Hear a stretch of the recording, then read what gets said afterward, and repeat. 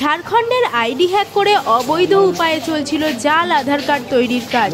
সেই জাল আধার কার্ড চক্রের মূল পাণ্ডা মনোজ কুমার মণ্ডল সহ ৩ জন আধার ও প্যান কার্ড জাল চক্রের পাণ্ডাকে গ্রেপ্তার করল মুর্শিদাবাদের সুতি থানার পুলিশ।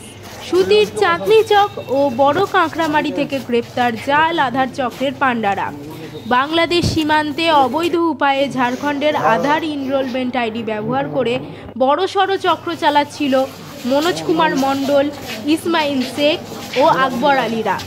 জাল আধার কার্ড চক্রের ৩ পাণ্ডাকে গ্রেপ্তার করতেই উঠে আসে বড়সড় জাল আধার চক্রের হদিশ।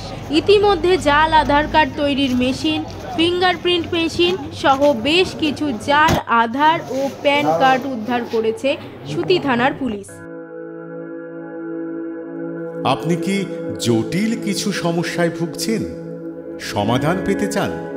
যোগাযোগ করুন প্রখ্যাত জ্যোতিষ ও তান্ত্রিক মনসারাম ভট্টাচার্যের কন্যা মনসা কন্যার সাথে।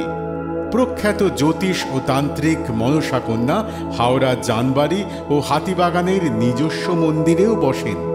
যোগাযোগ 9830106967 আর 9239655323।